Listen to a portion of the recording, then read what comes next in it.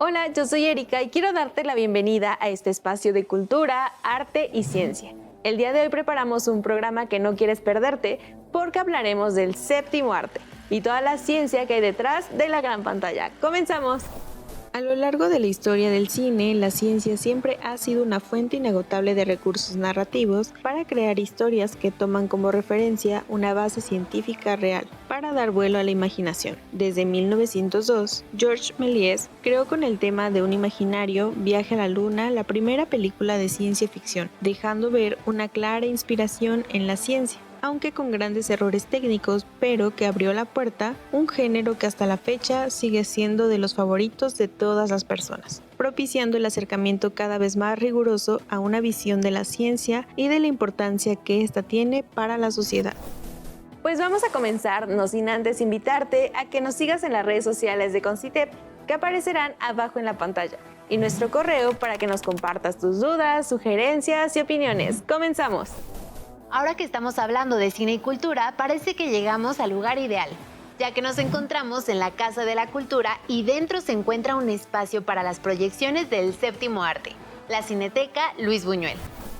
La Cinemateca Luis Buñuel es un repositorio del Departamento de Medios Audiovisuales, la cual inició sus actividades el 18 de noviembre de 1972. Comenzó como un cineclub, prácticamente sus funciones se concretaban a la exhibición de películas de carácter antropológico. Estaba muy cerca del Instituto Nacional de Antropología e Historia Regional, y a la par de las actividades de este instituto, nacía el Cineclub de Puebla. Al año siguiente, un 13 de noviembre, el cineclub se constituye como Cinemateca, gracias a la donación que la misma comunidad de la ciudad hizo de aparatos cinematográficos. Al principio eran aparatos cinemáticos los que se estaban albergando. Ese fue el motivo por el que se llame Cinemateca. Cuando se le comunicó al cineasta Luis Buñuel la propuesta de usar su nombre, él aceptó que esta institución llevara su nombre y exhortó a que las labores del cineclub fueran un detonante para romper los moldes habituales de la cultura establecida. Esto es, abrirnos a lo mejor de la cultura universal, considerar que el ser humano es un ser en movimiento y acepta los cambios y no se queda estático. Tienen que venir a ver una proyección en esta maravilla de Cinemateca, ubicada en la 5 Oriente número 5, primer piso, dentro de la Casa de la Cultura en el estado de Puebla. Oigan, pero ahora, ¿qué les parece si nos vamos con nuestra siguiente sección? Escarbando dudas.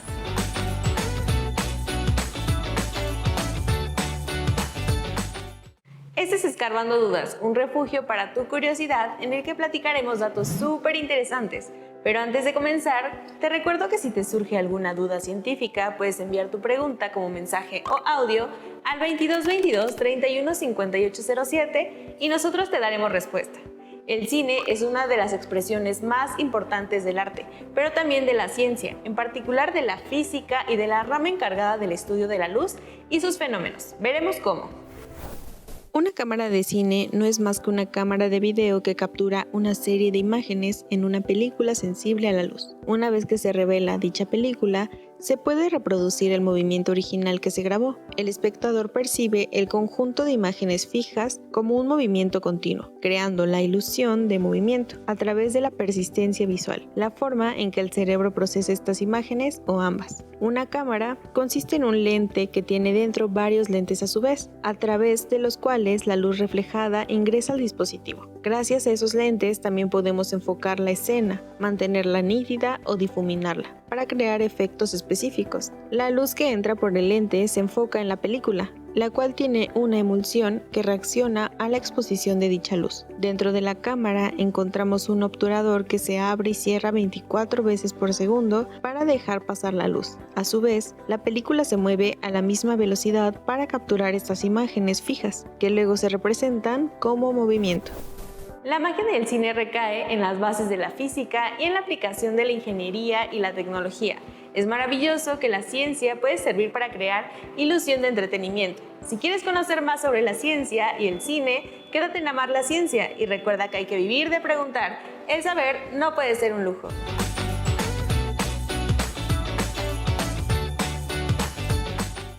Las historias de ciencia ficción se basan en grandes verdades científicas que la mayoría de las veces son aumentadas con exageración para crear elementos narrativos interesantes que puedan atrapar al público en general, aunque no tengan conocimientos científicos.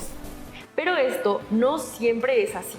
existen muchas películas que conservan la rigurosidad científica. Jurassic Park es una de las sagas más populares y más aceptadas por la comunidad científica y el público en general. No por nada lleva vigente casi 30 años y siguen siendo productos cinematográficos que de a poco han ido acercándose cada vez más a la ciencia. Por ejemplo, cuando el director del Parque Jurásico nos explica cómo se obtienen los dinosaurios, lo hace tan bien y da tantos datos y explicaciones científicas que llega a parecer posible que se puedan conseguir dinosaurios gracias al ADN que quedó de ellos en los mosquitos atrapados en el ámbar de la época jurásica. Lo cierto es que el ADN no puede conservarse por más de 500 años, así que si hubiera un ADN resguardado en algún mosquito jurásico, no sería viable en lo absoluto. Y pese a que por mucho tiempo nos presentaron unas versiones de dinosaurios con bases paleontológicas reales, fueron muy alejados en los detalles y sin embargo, en las entregas más recientes, los asesores de estas películas se han ido acercando cada vez más a las evidencias científicas, como por ejemplo a la aparición de plumas en los dinosaurios, como lo vimos en la última entrega de la saga. Otro dato importante de la saga de Jurassic Park es que durante la filmación de la película original de 1993, los efectos especiales usados fueron una mezcla de animatrónicos con algunos efectos hechos por computadora, por lo que se veían increíblemente reales. Oigan, pues ya es hora de que pasemos a la parte empírica de este programa. Hagamos la parada en Vehículos de la Ciencia. Adelante.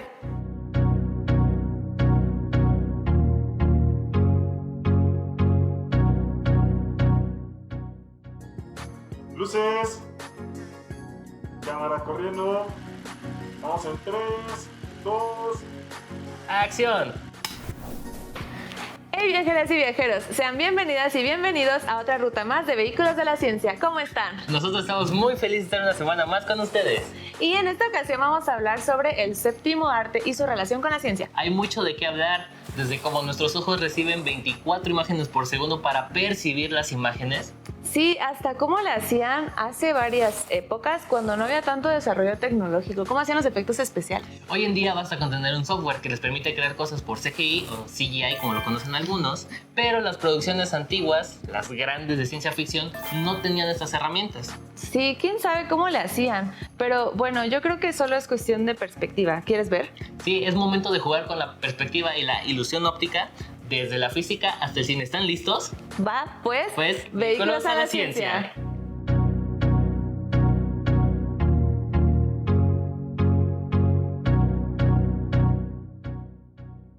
Los ojos de las personas no pueden percibir a simple vista este tipo de ilusión óptica. Esto en física se le conoce o se le llama como perspectiva forzada y ha sido usada en grandes producciones o películas como El Señor de los Anillos, por ejemplo, cuando entra un hobbit a cuadro. Sí, lo que hacían era que ponían la cámara de cierta manera que pareciera que estaban grabando al hobbit cerca, pero en realidad estaba lejos, lo cual hacía que se viera naturalmente pequeño. Esta técnica es muy sencilla, pero a pesar de eso ha sido muy bien recibida por la gente porque a diferencia de las imágenes hechas por CGI, esta se ve más realista. Así es, y bueno, la verdad es que a mí me encantó mucho este ejemplo y ya me imagino, todo es cuestión de ingenio. Bueno, pues es momento de despedirnos. Y esto fue Vehículos de la Ciencia lo resume.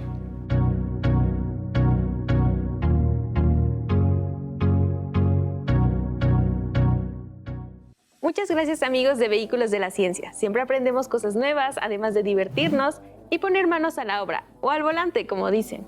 Oigan, ¿quieren conocer historias de vidas interesantes conmigo? Pues vamos con nuestros reporterines. ¡Corre video!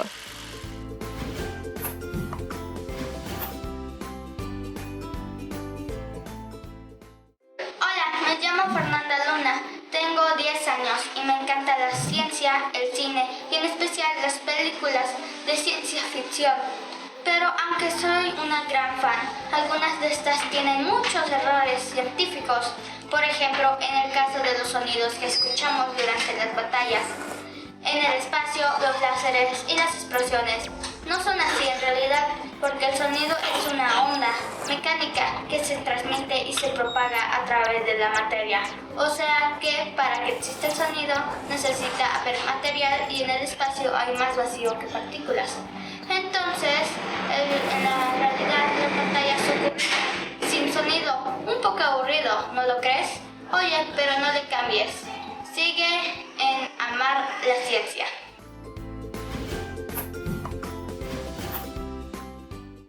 Muchas gracias por tu contribución a este grupo de reporterines de la ciencia. Recuerden que pueden visitar la página y redes del Consejo para ver toda la colección de reporterines que hasta ahora han participado en esta iniciativa. Pues justo como nos comentaban en su reportaje, a veces vale la pena sacrificar un poco de rigurosidad científica a la hora de hacer las películas para tener más emoción, porque de lo contrario sería un poco aburrido. Sin embargo, hay algunos casos en los que las películas le dan aportes a la ciencia real. ¿No me crees? Veamos el siguiente caso.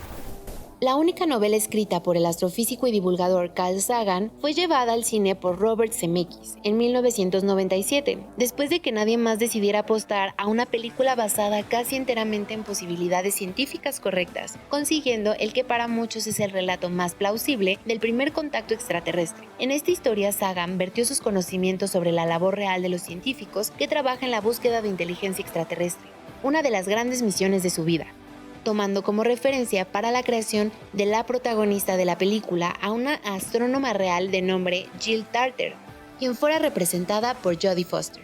Contact resulta realista en todos sus aspectos, desde la comunicación con una civilización lejana por medio de señales de radio y televisión, empleando lenguaje matemático, hasta la posibilidad de establecer contacto físico, utilizando el principio de los agujeros de gusano, una contribución del Premio Nobel de Física Kip Thorne a la novela de Sagan. El mismo Kip Thorne cuenta que Carl Sagan le llamó por teléfono para contarle el guión de su novela y le pidió a él pensar en alguna solución científicamente posible para el agujero de gusano que aparece en la pantalla. Lo interesante es que después de esta aportación, Thorne escribió esa propuesta en un artículo científico real. ¿Qué tal, eh? Y para seguir hablando con expertos, vámonos con la entrevista.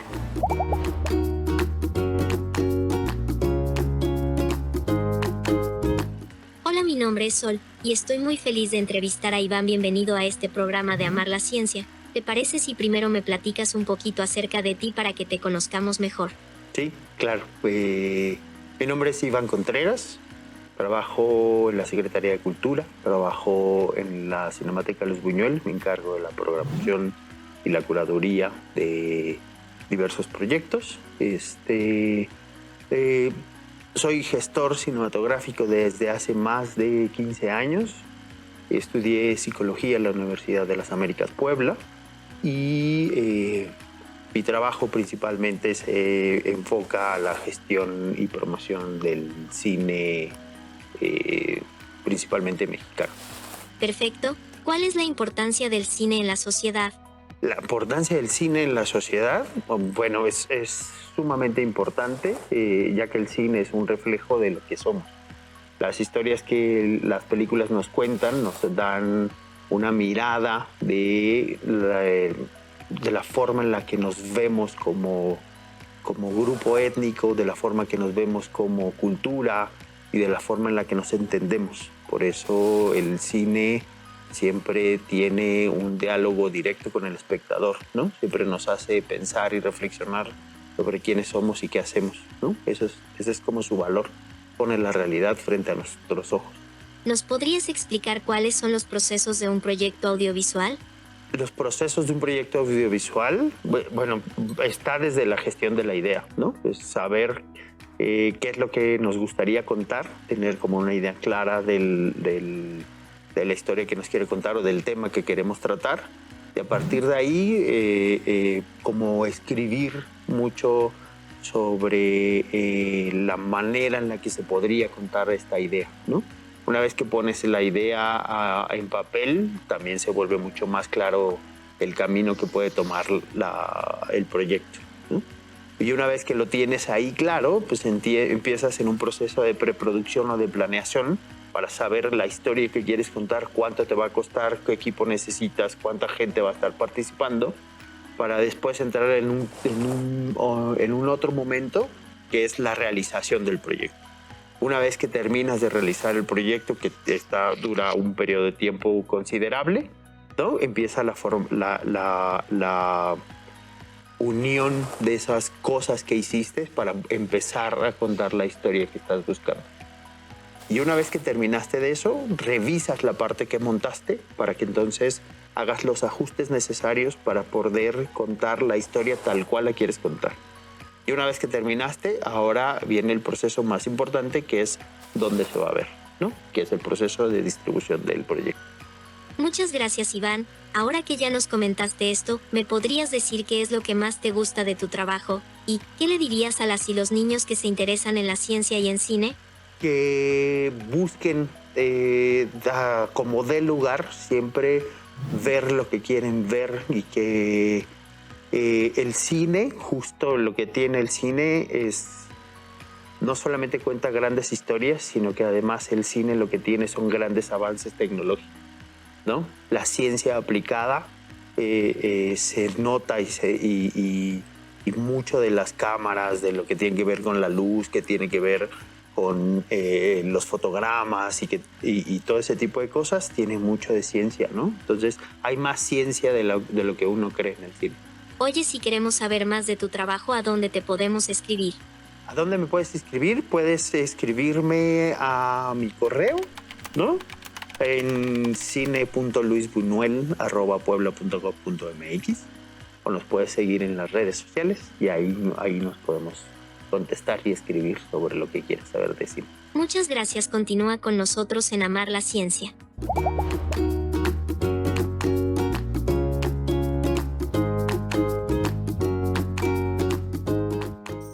Oigan, y hablando de las aportaciones científicas al cine de ciencia ficción, cada vez los directores se toman más en serio esto de hablar de ciencia y saben que los espectadores somos cada vez más exigentes y no nos quedamos con cualquier explicación fantástica o que no esté alineada a la ciencia. Un ejemplo de director de cine que busca siempre el respaldo científico para hacer sus películas de ciencia ficción lo más realistas posibles, al menos desde la física, es Christopher Nolan, quien contrató a Kip Thorne, el mismo asesor de la película de Carl Sagan, para el diseño de cómo se vería un agujero negro, haciendo así la imagen que conocimos en la película Interestelar, que ahí se llamó Gargantúa. Lo impresionante fue que unos años después, cuando conocimos la verdadera imagen de un agujero negro, era muy parecida a la mostrada en la película de Nolan. Y todo gracias a la colaboración entre cine, arte, física y ciencias. Recuerden seguirnos en las redes sociales del CONCITEP que están apareciendo en pantalla, donde podrás volver a ver este programa. Mi nombre es Loren y nos vemos la próxima semana. Yo los dejo con el mejor noticiero, Noticitep.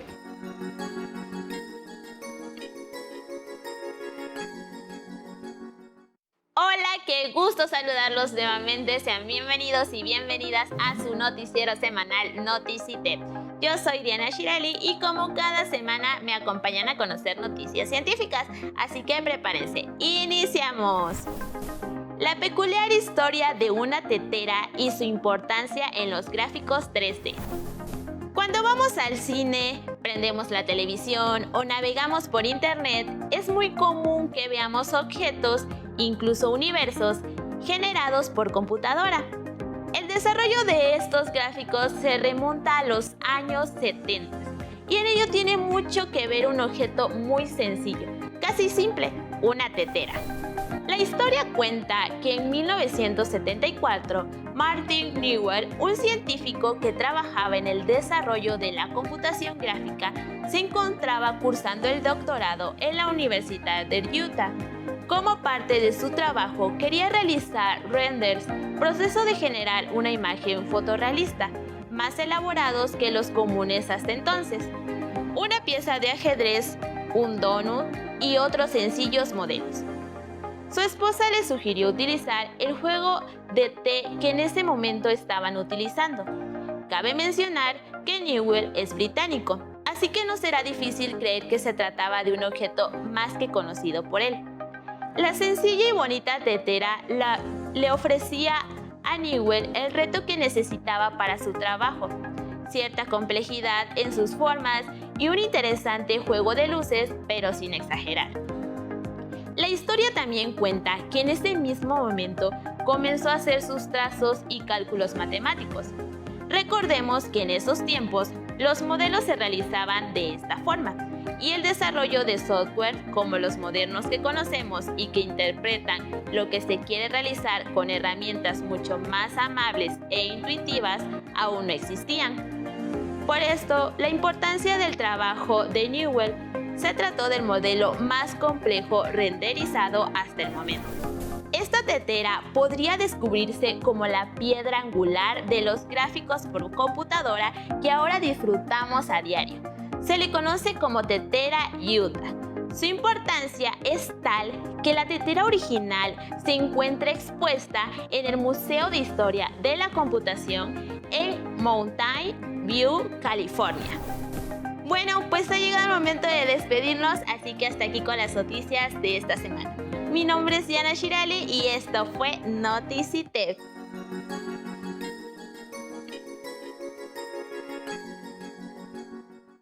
Muchas gracias por recorrer con nosotras este sendero de cine y mucha ciencia. ¿Te parece si resumimos nuestro día de hoy? Conocimos cómo el cine ha sido fuente de inspiración para historias fantásticas de ciencia ficción. Descubrimos qué es el funcionamiento de una cámara y cómo se puede explicar desde la física y la óptica, que es la rama que estudia la luz. Pero sobre todo descubrimos que la ciencia y el cine cada vez trabajan más de cerca en proyectos que pueden dejar grandes aportes para ambas disciplinas. Ahora es tiempo de nuestra trivia final. ¿Cuál fue la primera película de ciencia ficción en la historia? A. El Ciudadano Kane. B. El Viaje a la Luna. C. Jurassic Park. D. Metrópolis. La opción correcta es la B. Estuvo a cargo de George Méliès en el año de 1902 y fue la que abrió todo el género que tanto disfrutamos en este programa.